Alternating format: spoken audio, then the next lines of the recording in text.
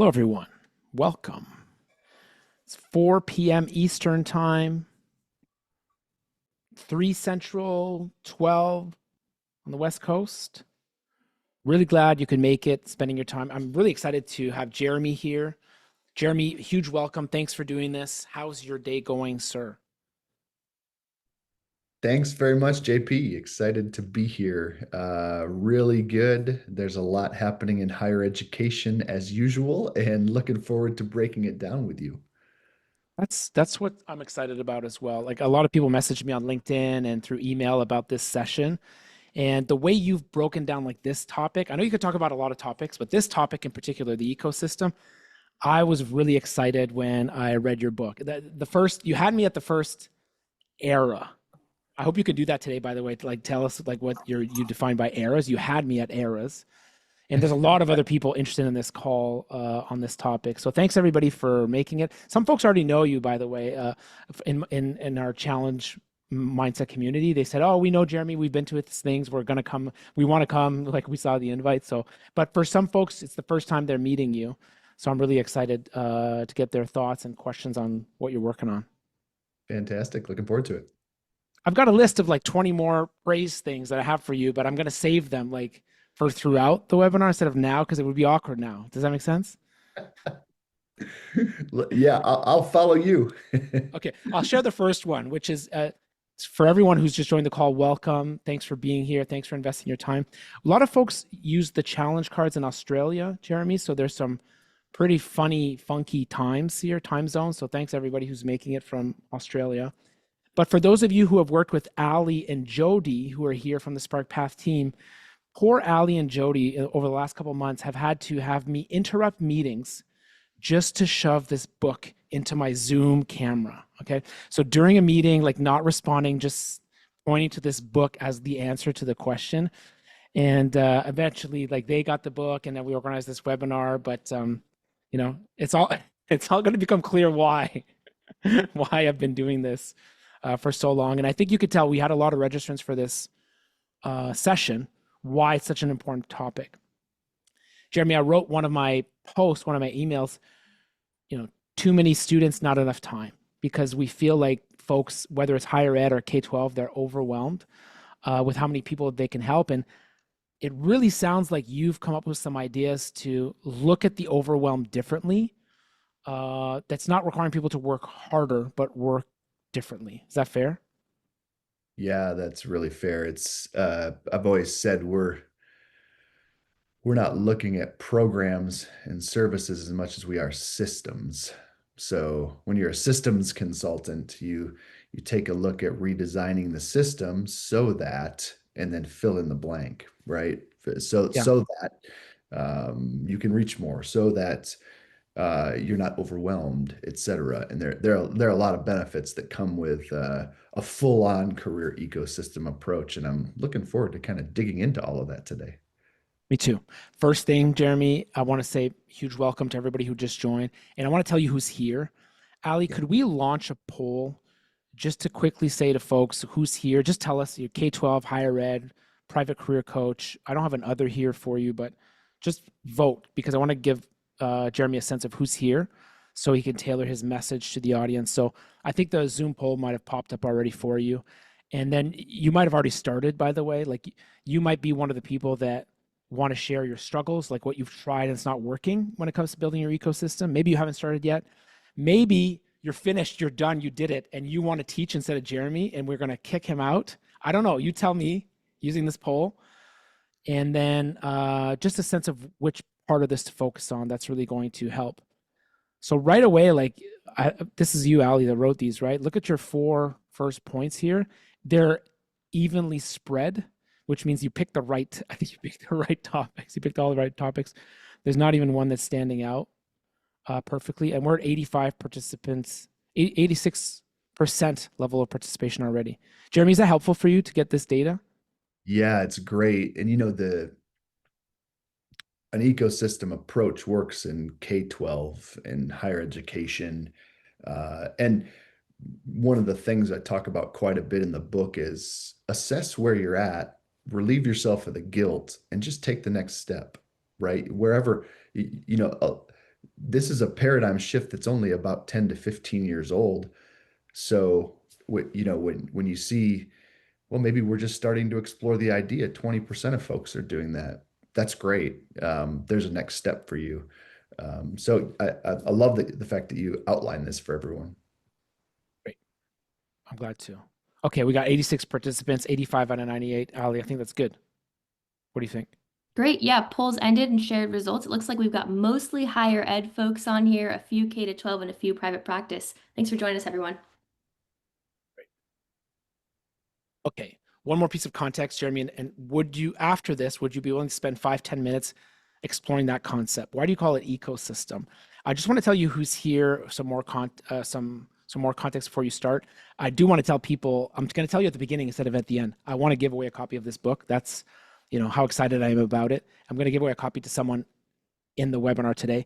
If you want to participate, can you write "I'm in" the chat to enter? And then quite simply, Jody's going to pick somebody and we'll announce the winner at the end of the webinar, just as a small prize, a small thank you for coming. Okay. Larry, welcome.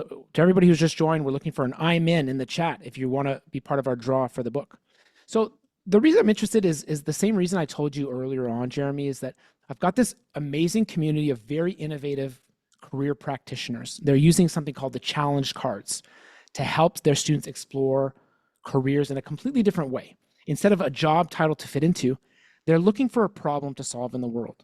And I've been paying attention to how they've been doing this ever since we digitized our physical deck of cards in 2019, because some schools are using this with thousands of students. That we had one high school that used this with 600 students at the same time.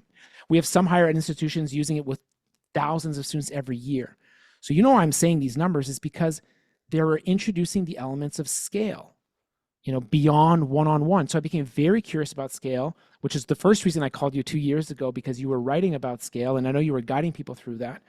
And to me, it's a natural fit between what I'm doing and where my clients are trying to go, where these schools are trying to go, because they're flipping the model, right? I told you about this approach they're using. They're picking challenges first, finding companies who work there. What are the jobs they offer? And then what do I need to learn to be able to do that?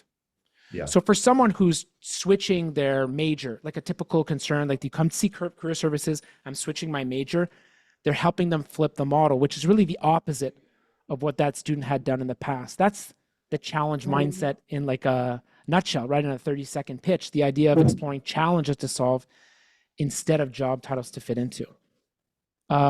Okay, that's who's here, Jeremy. That's what they're working on. There's some people on this call I've spent a lot of time with. There's some people on this call I haven't met yet, but I'd love for you to tell us a little bit more about why you're working on this topic and why you chose the word ecosystem. Yes. Well, again, thanks for having me. Hello, everybody. I also see some familiar faces. You know, I spent just about 20 years inside higher education before 9 years ago started the Career Leadership Collective.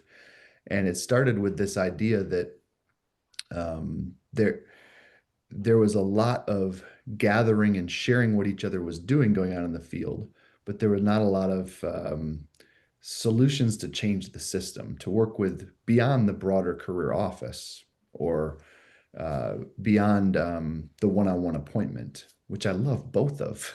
I mean, I spent years enjoying working in a career center, delivering one-on-one appointments. But when you're serving 50,000 students or 30,000 students, you start to ask, gosh, how can we actually serve them all? And what does it mean to serve them all? What would that even look like? Is there a way through that? And so we started wrestling with the concept. I actually came up with a phraseology at Colorado State, which was we'd like to provide career everywhere, anytime, for everyone. And started to pursue solutions, technology, embeddedness, and otherwise to do that. And then after launching the collective, started to teach on the concept of how do you scale? Like what are the practicalities around that? But I thought it was worth in when I started to sit down to write the book, and I waited to write this book, JP, because I'm not a futurist. I want to codify what's working for folks rather and what's actually been happening so that they can do it in accordance with getting results. And so um, the start of that was just analyzing the eras that we've been through and why they've actually worked and they're still working, but what's emerging. And so if you think about this, and I break this down in the book, there've been just, we're a young field. Man, we're in higher ed career services, we're under 100 years old. That's really young for any industry in the history of the world. Um, it's the field of vocational development didn't start till about 1910, made its way into higher ed after the GI Bill. So, 50s, 60s, 70s, it's the counselor era and a really good thing. And all these theories emerged, John Holland's theories, Donald Super's theories, foundations that our field is built on. And so looking at that era and saying, okay, this is where it all started. But if you go to I'll pick on my alma mater, Indiana University, right?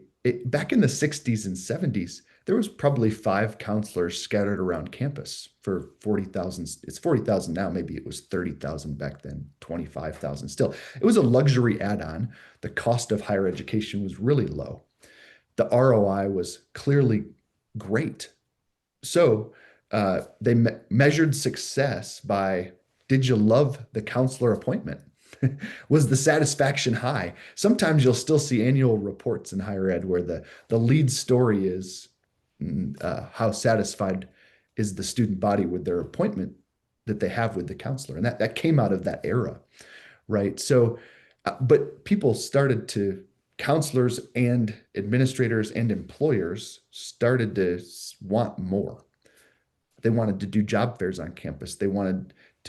Faculty were providing internships for credit. Students wanted to get on campus jobs and talk about there was all these different aspects of career that started coming on the scene. So innovators said, I think we need like a multi-purpose center. Didn't know what to call it at first. Career centers first started in business schools and then really emerged as campus-wide career offices, and then both, and then hybrid systems. And we went from a luxury add-on where we simply offer something that's helping undecided students to this beautiful multi-purpose center where we can offer a lot, right? And that's what we have today. It's the dominant paradigm. By the way, an era, JP, is a period of time, but a paradigm is a way of approaching something. So I believe we're in the career ecosystem era as a period of time, but the dominant paradigm, the dominant way is still career centers. And what's emerging as a paradigm is the career ecosystem era. And the same thing that happened in that career counselor era to the career center era happened again, because a bunch of innovators and employers and administrators started to look at the system that we had, and they started to say, here's some things that aren't working, right? Just as the counselors couldn't handle all of running a job fair and doing all these, there needed to be more staff, more of a center approach. The same has happened again. And the questions that were asked were things like, well, how do we reach every student? Beyond that, how do we ensure every student's ready? Reach is one thing, but reach is usually just defined, and we can talk about this more. Reach is usually just defined as did you connect with the student once? But we're talking about real readiness. How do we do that? And largely, the Career Center is one of 27 to 30 student services offices, and it's opt-in. So how do we deal with opt-in when the ROI is no longer there? There's this undercurrent of parents after the Great Recession saying, higher ed costs a lot. So we start to experiment with scale and with communities and different practices, some that didn't work, some that did work. And over the last 10 to 15 years, a new era has really burst forth. And it's to answer a different success question. The success question in the residual paradigm, the counselor era, was satisfaction with one-on-ones. The success question in the career center era is attendance. It's all about attendance and first destination. The success question in the career ecosystem era is once we institutionalize this, can we prepare every student? And so it's a different set of questions that are being asked, and it demands a different set of practices. And it's uh, like I said, I waited because you never want to define a paradigm when people are experimenting with it, right? So here we are, and it's unfolded, and because I've had the privilege and to sit alongside over 1,000 institutions and really wrestle with how they can do parts and pieces of this, putting it all together with some foundations of a career ecosystem has been just a joy. And now here we are. I like the concept of arrows. It spelled it out clearly for me and articulated the change I was seeing, but also the struggle, Jeremy, between the change. You say we're here. I think you're also going to tell me we're not here. And I want to know about that, like what's not working. So we'll get to that, but you are helping to guide us to go to a great place. But that's a scary place. Jeremy, did you say every student, every student, right? Yeah, Like it's happening. Yeah. it's happening, but some people on the Yeah. call, how we would react to that message, right? Like every student might feel impossible. We might be speaking to a campus that reaches attendance 10% of students, and you ask this beautiful question. I'll find the quote, but it's really simple. It's kind of like, what if we could reach everyone? You didn't even ask it. You don't ask in your book. You're saying this is the new gold standard, I believe, correct? Yeah, yeah, we can actually do it. There's actually precedence and we see the path to do it. It's not quick and there's no magic wand. But there's a path and it's worth it. Okay, great. So tell me a little bit about that. I just want you to gently speak to the person Yeah. who believes in what you're saying but is also panicking. What's the first thing you say? Because I like that you brought it back to the history of career development. I think we all want people to, and I put a talk here, which you just made me think about the Mark Savickas 2013 NCDA keynote where he does, you know what you did was speak about the last 100 years. It's a pretty Yeah. nice talk. If anyone on the call is interested in finding out, hey, what movement are you a part of is part of this career development family? I love that talk. I've seen it a bunch of times. But you're bringing us to where we need to go. And some people want to go there. They want every student on campus to experience the benefits, but their first reaction is impossible. What do you say? Yeah. Yeah. Well, it has to first start with Rome wasn't built in a day. You can't, it's impossible if you want to do it next week, right? This is not a program that you can get a best practice on and implement the program tomorrow. It is, though, a foundational, there are certain foundations that you can walk through in order to set this up. And so um, I think we're all probably starting at uh, yes, I would like this, and uh, and yes, it would be worth it if we can get there. So how do we get there in some fashion or another from point A to point B? So let's just first define point A. Where are you at? I mean, it's great leaders. Part of their mission is move the needle from point A to point B. So if you're leading your cause, career development on campus as a career coach, a counselor, assistant director, associate director, executive director, AV, any role, you have to know where are we currently. And you said it really great, JP. It's like, well, okay, um, then we have to define with what. Where are we currently with what? So has your campus yet to define what success is from career success from a time a student arrives to the time they leave? What are the actual top 5 career learning outcomes that they need to walk through? So it has to start there. Oftentimes, the way that we've got caught in a little bit of a delusion of success in the career center era, and that delusion is, well, we had good attendance at our events. No parent in the history of the world has ever asked the attendance at a career fair. They're asking how ready is a student. So we have to start with those definitions, and then it's beyond. It's a new system. So the center says have a great marketing plan so that more students come see us. But let's be honest. What happens if that marketing plan works? We're totally in trouble. Like if it works really well, we're dead in the water. We don't have enough staff or capacity given the current models. So we keep the foundation of the current model. And one of your favorite words, if you're a career center, is likely to be powered by, because you're powering all of this, right? You're not getting rid of yourself in this process. You're the brains and the expertise and the power behind this new model. And it goes from a marketing plan to an embedded system. So we look at the regular student experience where they're already talking about career development. It's already happening today on every campus that's here. Well, it might be a little past graduation, so less so in the summer. But today, there are students talking about their future with a biology adjunct, with multiple professors, with student life staff, with academic advisors. It comes up because Gallup, Strata, National Alumni Career Mobility Survey, SERP survey, UCLA study. The number one reason they're going to college is for career success. It's come up for years in all of these studies. The second reason is intellectual development. And we have a great system of intellectual development. Our academic system has academic learning outcomes. Our career system doesn't. Our academic system is required, our career system is not. So how do we then hook on to the academic learning system, to the academic advising system, and build in modules and learning and experiences that are part of the classroom, of the curriculum, of academic advising?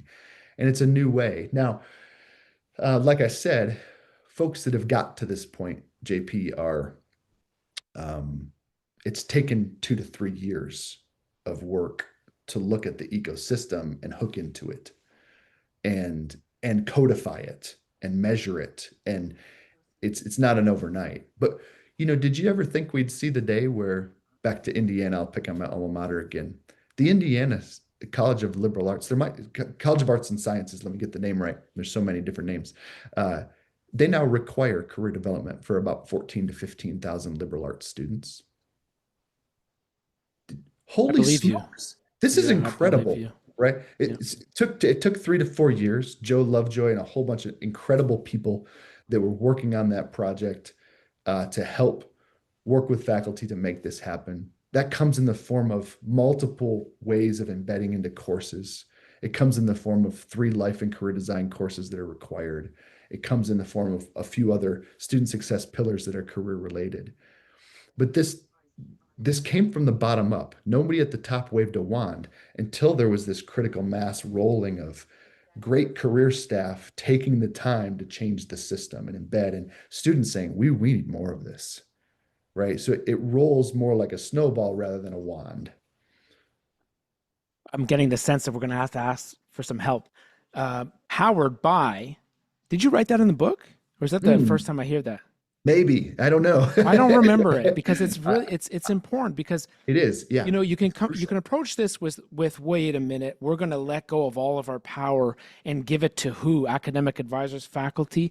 And I'm just playing with the words, right? And we're giving away our power. No, it's powered by. Wow. Yeah, I would like career services to have more power. I would like career services to power better conversations with students on campus. I love powered by. The example you gave is great. Arts and sciences. Nicola Edwards from the University of Guelph. She works in with the arts and sciences department. And Nicola, I didn't ask you to speak today, but I can't help sharing this example. She spent years building an embedded career conference. I don't know if you use the word conference, Nicola, if you like that word, but and that involved working with partners. And I'm going to ask you about what that sounds like, Jeremy. What have you heard people say? What does the pitch sound like? Yeah. For who wants someone else to power something that they're doing? And Nicola, like either myself or you can share your examples, because you've had some unique ways of broaching this with faculty members. And we presented about this at the NCDA, you and I, that were maybe different than the pitch that we'd expect we'd have to do. So Jeremy, the reason I'm asking you is because you've probably heard some good pitches, some weaker pitches. What does it Yeah. sound like when we go recruit these partners? Yeah. And I actually have changed from using the word partner. So in the Career Center era, success was make good relationships so that you can partner together on a program. Yeah. But you don't want to do that too much because you don't have the capacity. Okay. So I've moved from partner to champion. And the difference is when you work effectively with a champion, they're invited and taught how to embed career learning into their context. It is done in a way that makes their life easy. And it's crucial there, right? So, when Career Champions programs first started up, by the way, I think they're at about 450 or so institutions right now. So it's really this snowball's rolling big time. And so, some institutions who said we could never get convinced faculty, and they have 100 and 200 career champions that are faculty members, and because they've learned how. And one of the big deals behind the how here is first you listen. You listen to, hey, where are your students talking about their future? How are they bringing it up? And how could we make your life easier as that comes up, right? The pitfall that a lot of people walked into was, do you like us? Do you like our mission? And do you want to do a program together? Versus, we have these assets that can make your life easier and make you look good, really, because let's be honest, faculty really don't want to talk about things that they aren't knowledgeable about. I don't either. So uh, when we do that, when we make their life easy, by providing them with assets that can easily embed into classroom assignments, classroom reflection activities, um, learning modules.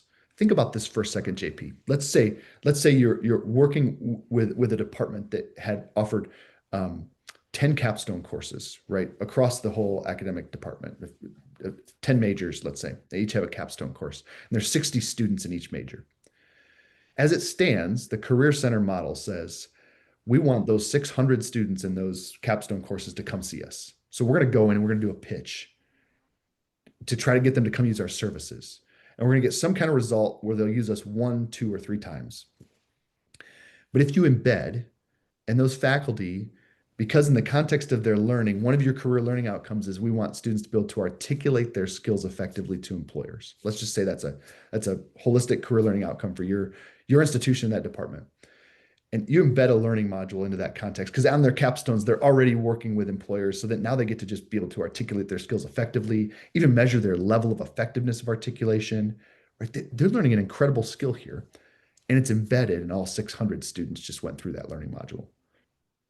That's institutionalizing. That's a career ecosystem. And it just made the faculty's lives easier, and it makes them look good to all of these corporate partners that are working on the capstone projects. And that's just one example of many of how embedding into their context and working with them up front starts with listening. But it's less of can we partner on a program, because say this a million times with me, friends, we don't have the capacity. If we scale too much and we're the only ones doing the work, we don't have the capacity. Anthony Musso in the chat earlier on gave this really nice example. Looks like he's been working on this for years, like you said.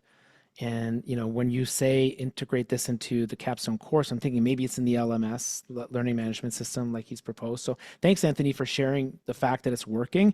This really helps Jeremy, by the way, who's saying, yeah, trust me, this stuff works. But like you saying you did it. No, I'm kidding, Jeremy. You're going to give us more examples. But thanks for sharing that. And if anybody else in the comments have examples of it working, please share them. We're also looking for the opposite, please. You tried this, it didn't work. You pitched someone, it didn't work. You tell us what doesn't work. That tends to be even more fun.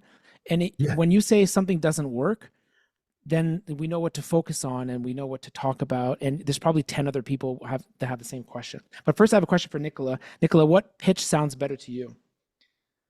To a faculty member, okay? I want to make your life easier. That's pitch 1. Pitch 2 is, here's who I am. Here's why you should like me. Here's what I want. Here's what I need you to do. Oh, definitely pitch 1. I've tried pitch 2. Usually it's a very short conversation. So Jeremy, my approach has been quite similar to yours. Sitting down, having conversations with faculty and looking for those champions, those who are already interested in bringing career to the classroom, maybe even already engaged in it, listening to what it is that they're doing, and then saying, how can I help you? How can I support you in growing this and furthering it? And I was able to nab a partner for our arts and science program at the University of Guelph in the perfect time when he was innovating the whole program. He was flipping the classroom.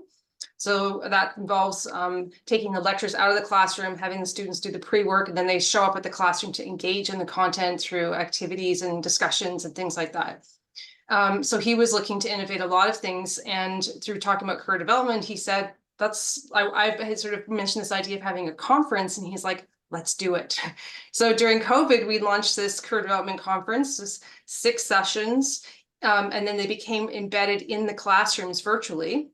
Yeah. And it went off so well, he said, let's create a reflective assignment and I'll give them 5% for doing it.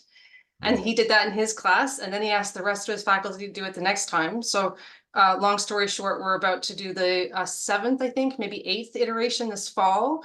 So it's literally embedded in the IQAP, which is, it's embedded right into the program for the next 10 years. And they are now, the faculty are innovating on the assignments that they're doing. They're creating, let's look at your transferable skills and practice interview questions. Let's have you write a cover letter and a resume. And those are assignments that are being evaluated and marked now. So can't ask for more than that. And that's just from listening to what their needs were and how they were innovating, and then asking how you can help with that, and then creating that relationship with them to build it out. That's so wonderful, Nicola. That is a fantastic example. And I love that you were like, yeah, I tried that. And I mean, think of just human nature. Imagine if I were to come to all of you on this call and say, I have something really important that you need to do work for me about. You're like, well, I have a job, And so, but if I come to you and say, hey, I think this is a pain point for you, you're getting a lot of questions about it, and I can make your life easy, then they're going to start to see the value in exactly the snowball that rolled that you just talked about there. That's great. Yeah, we even were very blessed with being able to do a study. So we now had a whole cohort go through the conferences. So we've completed a study now, and we can see the growth and development and the career efficacy that has happened for the students. They're actually taking initiative on their own to engage in looking for career activities and how they can grow, and how they reach out to, I get seen way more arts and science students now than I ever did before, because they're looking for that support on their own. Yeah. So you empower the student as well as the faculty member. Yeah, that's great. And JP, I think we can bring this into your context too. I mean, think about, I think it's the what that we have is incredible as career professionals. Like the challenge cards that you produce, this is an incredible resource. So imagine if the same analogy is used in the 101 courses in the academic majors, because we know that designing your life, designing career exploration, this is a high impact practice. We know this from the National Alumni Career Mobility Survey, from Gallup's work. We know this. We have the great what. and now if we can work with them strategically to embed, I mean, I can see a day where you'll have a challenge card campus where almost every student is walking through this because it's becoming institutionalized. Yeah, we do have some schools that have embedded it as part of their first year experience. And that, I should tell you, it's one of the most exciting ideas for me, because it's not just about like, hey, you're at this college, you're at this university, and here are the new rules. Like, here's what you got to do. Here's how you serve us, and scary, and you might fail. And it's a different question. It's, why are you here? Yeah. What impact do you want to have on the world? Oh, okay. You want to increase sustainable energy? Let us show you the resources we have available on campus that will help you do that. We're going to help you build skills. We'll get you experiences, but it's about infusing it with meaning and purpose. And it gets me really excited. So Nicola, thanks for sharing those wins. You've done some important work, and you've really helped me reflect more on how we speak about this. And thanks for playing my fun little poll of the 2 things. Make your life easy. There's a lot in that sentence, that phrase that you said, Jeremy, because you got to know about their life versus your life. Yeah. Right. You got to listen to do that. So can you apply that concept, Jeremy, now to Aaron talked about leaderships because we have to convince faculty as our Yeah. champions, but we have to get champion leaders. Some leaders who literally lead career services. That's one group. But I'm also especially thinking about leaders in higher ed that have no background in career development, career exploration at all. What does Yeah. the message sound like to them? Yeah. Well, first you have to, it's a great exercise in empathy, right? So you have to ask the question, what motivates our leaders? Is it pain? Is it peer comparison? Is it mission? Is it money? Is it a big news story? Is it an outside expert, that's proven through data, right? So there's a lot of motivators that you want to really find out what to push on a little bit more there. But I also think that there's something crucial here. Just keep rolling the snowball with faculty, and you won't be the only one speaking to those leaders because you can bring a group with you that's saying, this is how it's working. And faculty run the university. The faculty governance is real and alive. And so, it does not have to be just your own voice. Prove it out in your pilot scenarios first and show how it's working. And then faculty will talk to faculty and they listen to each other. And it's terrific, right? So I think again, you're powering this. You're not alone in this. And that's why it takes a little bit of time. By the time that Indiana or a number of other colleges, Minnesota College of Liberal Arts, we could point to a number that are starting to get to the point of moving from misunderstood to opt-in to active commitment to promise. When you get to that promise stage, it's enormous. That all started with rolling a snowball and bringing others along and many voices speaking up. So I'd resist the urge to be the only voice in the room. Yeah, that's a great point. It brings more credibility. I love the word snowball, Jeremy, that you used because that's what I feel like is happening in the chat right now. Because there's a bunch of examples of people that have said, I've started.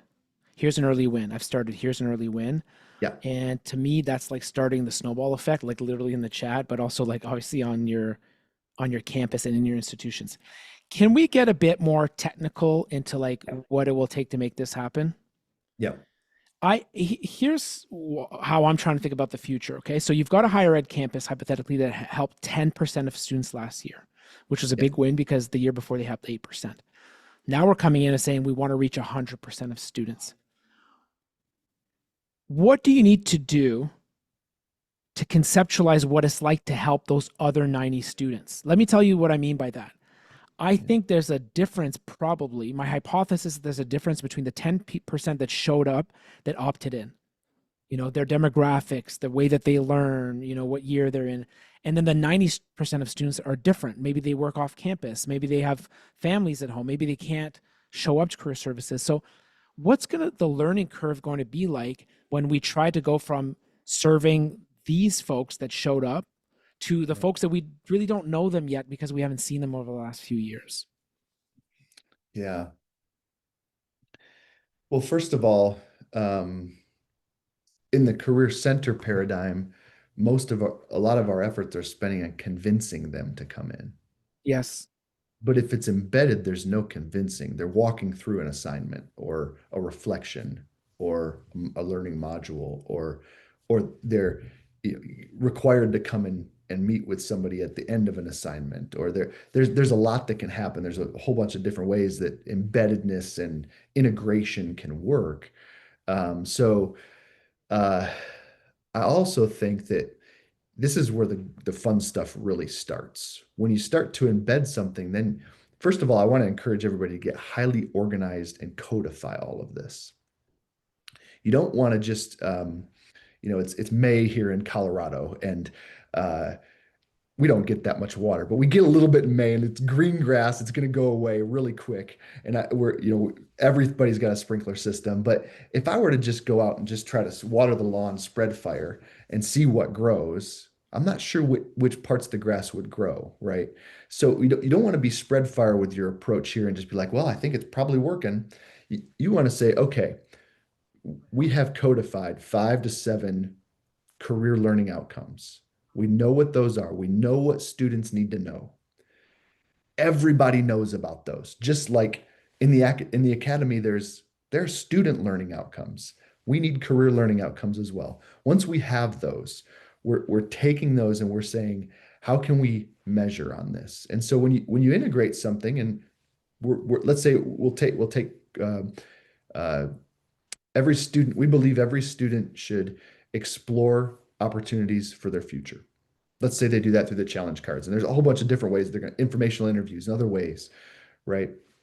There's tactics surrounding that. So don't confuse your tactics with your career learning outcomes. A resume review is not a career learning outcome. It's a tactic to get to a learning outcome, right? And so once we have all of that, we're then saying, how do we actually start to measure it?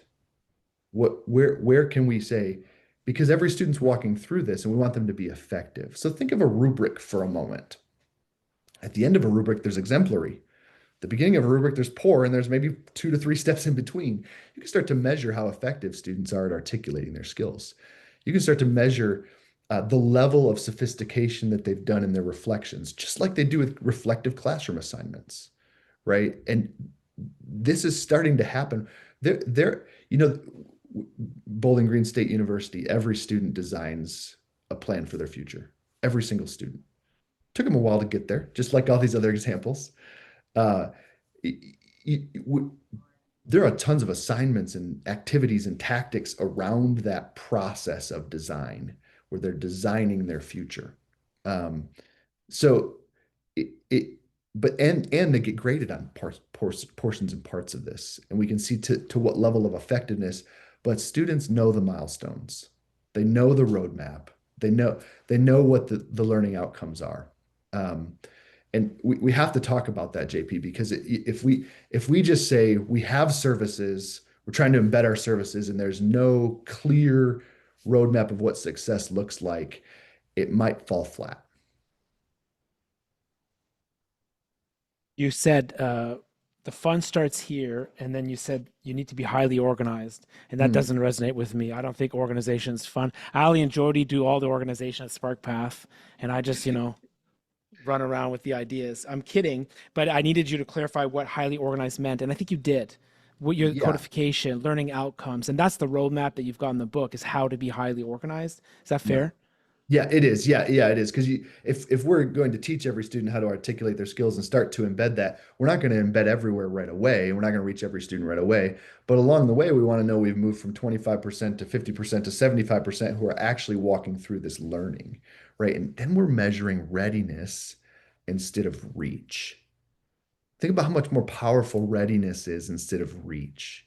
Reach usually means, did one student come to a workshop? Y'all, let me give you a parallel analogy. Let's just pick a major.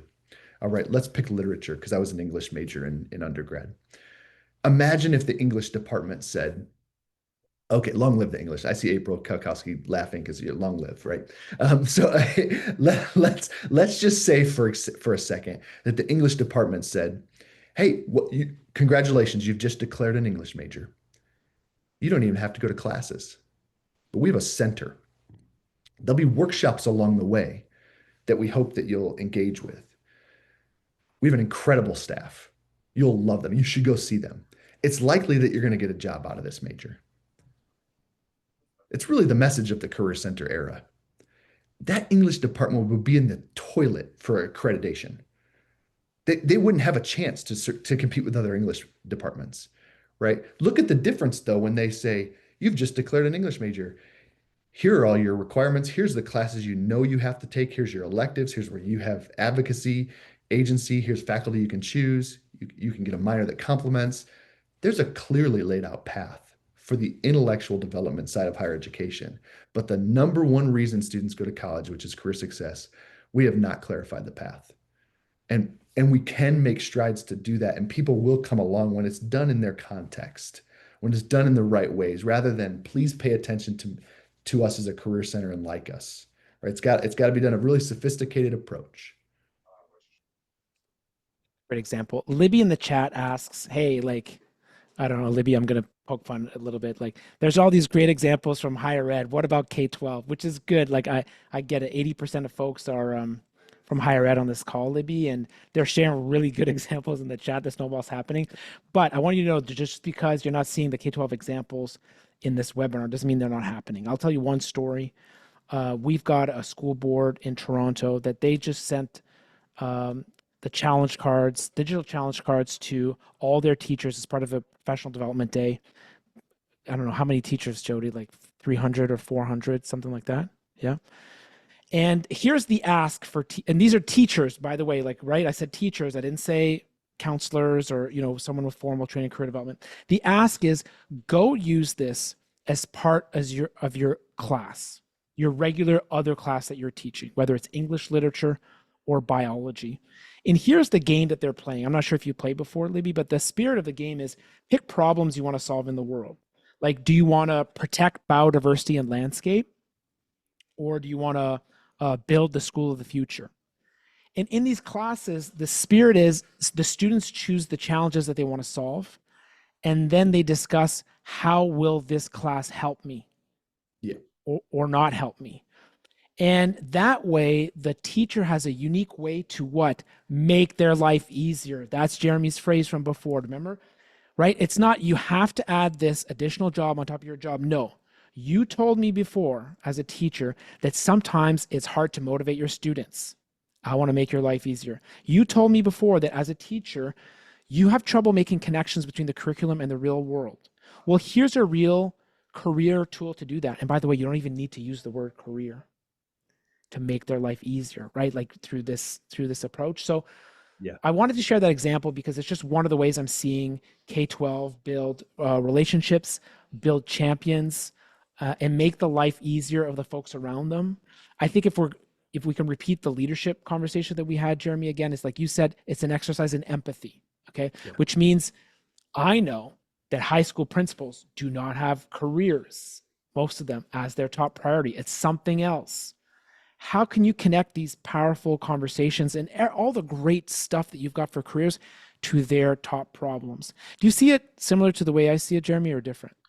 I do, yeah. And you know what I would do is as you go through the book, replace higher ed with K-12, and as you look through the four foundations of an ecosystem, and see like, whoa, oh yeah, this resonates, because principles resonate with what are the top few items that we want every student to learn from the time they arrive to the time they leave. They resonate with learning outcomes and mission and big vision values, and ability to bring to them and say, these are absent, and we can create them. And here's an example, and we know what the high impact practices are, and we have resources like the challenge cards to do that. And so there's a way through this.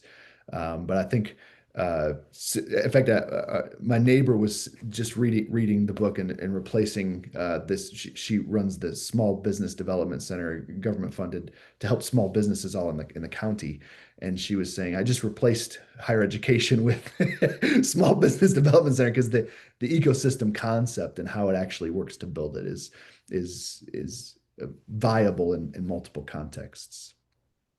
Listen, Jeremy, I have enough questions to keep us here for another 2 hours, but we can't. It's illegal. It's against law. We can't do that. We're going to finish in 10 minutes. I've got more questions I want to ask you. What's that? Let's land the plane. Let's land the plane. We got 10 minutes left, so we've got a bunch of time. But I don't want to just pull from my list. This is a good time if others want to add their questions to the list.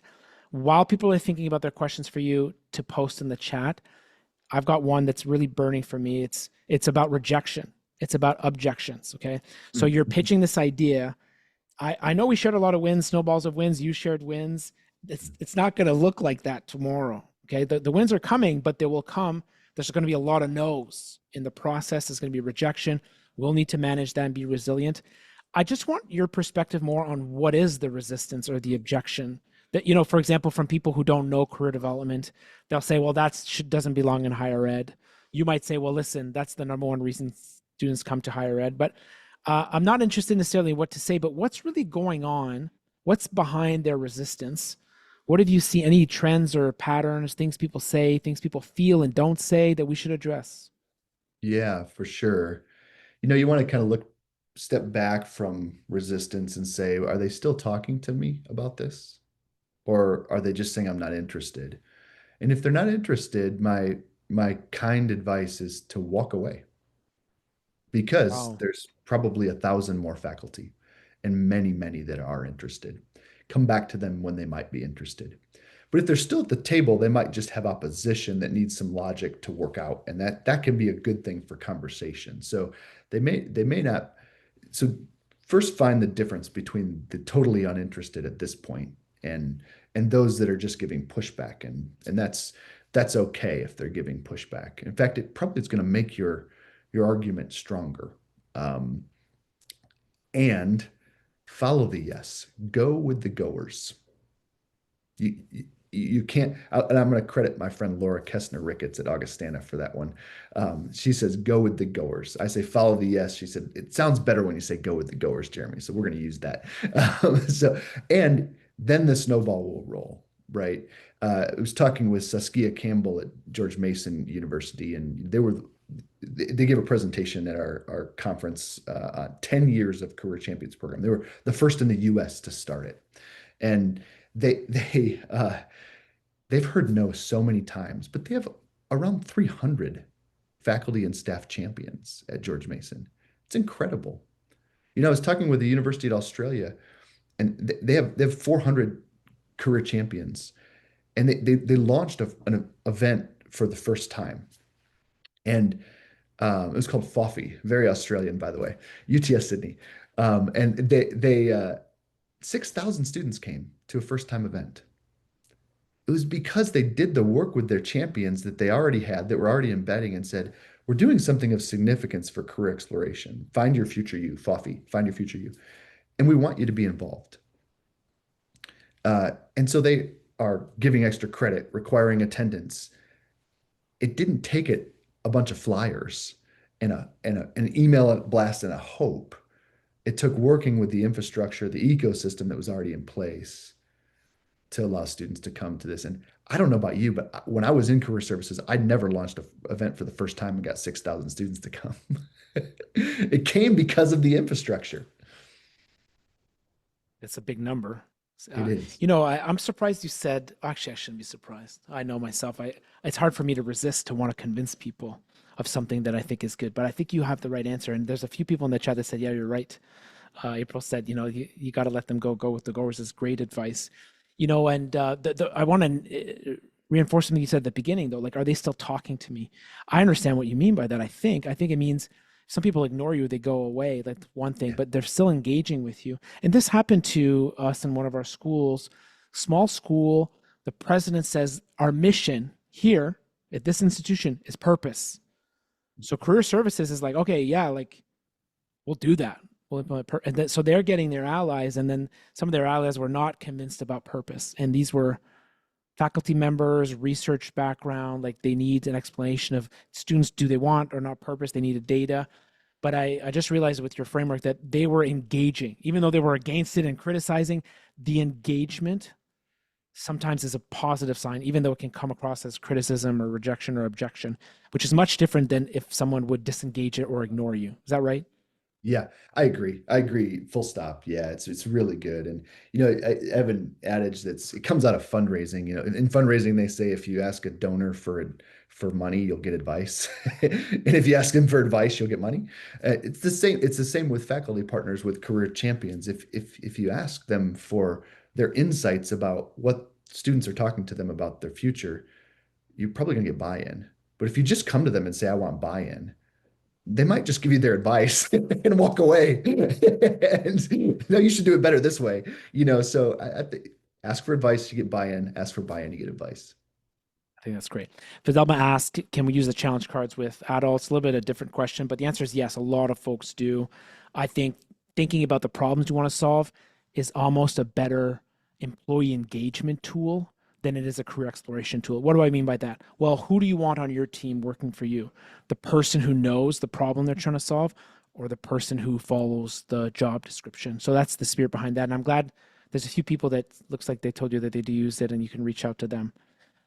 Jeremy, before you go, people ask you for your help. I see why. Like, I love the way you codified this. You've got a history of experience. I want to know why people ask you for your help to go on this journey. Like, what do they think they want, or what do they see as value from having another voice like yours? And then what might surprise them along the way after, I don't know how long you work with people, but what surprises them along the way of how you can help them do this transition? Yeah. I was surprised at one of our very first consulting jobs 9 years ago. I gave the president some advice and they did it the next day. I was like, oh, that doesn't happen when you're inside higher ed. So people look to outside consultants because we've worked with so many institutions. We're pulling in from all these variables and saying, let's create solutions for your context. And we take great care in that advice. And so I think outside experts are something that senior administrators are motivated by, actually. It motivates them to change. And I might actually say the same exact things that you have said. Um, and they might listen quicker because we're the outside expert. Now, I don't just puppet things because I want it to be true and good and genuine and fit the context and help reach certain goals. So that's one reason. But I think they're starting to see it's not just about building a student services unit. That think about this for a moment, because this is where I spend a lot of time convincing senior administrators. They're seeing that when you institutionalize career readiness, enrollment is magnetic. Retention goes up because students want to stay because they're designing their purpose. Alumni affinity is better because the students leaving the institution said, my institution helped me create a plan for my future, a high impact practice. So all of these huge business variables, enrollment, retention, alumni affinity, corporate partners actually hire more talent because they're more ready, right? So there's a lot of ROI here, not just for the student, but for the institution. And we're able to articulate that to them, and it's really helpful as we build out this infrastructure. So it's this double-edged benefit of buy-in from above and building something that will actually work. I think that's great. Jeremy, we're building the challenge mindset certification. And this part, the ecosystem, is so important to the success of it, because imagine us plugging in this great idea, challenge mindset, but it only works in the previous era. It just doesn't feel like it's enough. What if we could get this to every student? And we want to make this a part of it, that people need to think about ecosystem in this way. So thinking about the challenge mindset certification, Jody, can you announce the winner of who got this book, please? Yeah, so While- the winner, Go ahead. oh, no, it's okay. The winner of the book is Melissa Frazen. I think you're still on this call, I believe. If you're not, it's over, Melissa. We're taking I'm it so back. sorry. Just kidding. While you're here, while everyone's here, can I get your thoughts on the challenge mindset certification? We've been asked this for a long time. When are you going to do the certification? We're ready to do it. We're thinking about this summer and the fall. This is going to be a part of it, the ecosystem component that we covered today, because how do you bring the challenge mindset to life across campus? And this is a tool that it's not just for career advisors to use. We're also going to take a deep dive on how do you make it come to life? How do you flip the model? How do you use Gen AI? I'm excited about doing it, but I just wanted your thoughts about when, how, do you want it? Do you not want it? And I've got a poll. I'm not sure if you're listening to audio, but I've got a poll here with a few questions about what do you want and when. While you're filling that out, Jeremy, huge thank you for coming here. You attracted an eager audience that looks like they're already doing this. Some are starting. I loved your insights. I look forward to learning about you even more in the future. I'm speaking at NCDA this summer. I'm doing the closing keynote, and I've already told you I'm going to feature your idea of the ecosystem as part of that, because that's what the folks at NCDA want as well. And it's been a pleasure having you. And thanks to everyone who showed up. Spending an hour, at this time to invest in your professional development when no one asked you to, it shows that you care. So a big thank you to everyone. Ali and Jody, thanks for setting this up. Ali, Jody, did I forget anything? No, you nailed it, JP. Thanks so much, Jeremy, for being here. Yeah, Thank you, thanks, Jeremy. JP. I'm a big fan of your work, and I'm really grateful to be here to speak to everyone. I think I just put a link to the book in the chat feed. If you want to grab a copy to read and send to your senior administrators, you should do it. And appreciate you having me on the show, JP. Hey, so glad to have you here. Melissa, since you didn't win, anymore. You can buy the book, you know, with clicking that link. Just kidding. She's I hope Melissa's there. here. She's there. Oh, She's here. thank Yeah, yeah, goodness, she's Melissa. Okay, good. Thank goodness. Thank goodness. No, I'm glad you won. Okay, thanks everybody. See you next time. Have a great rest of your day. Thanks for coming.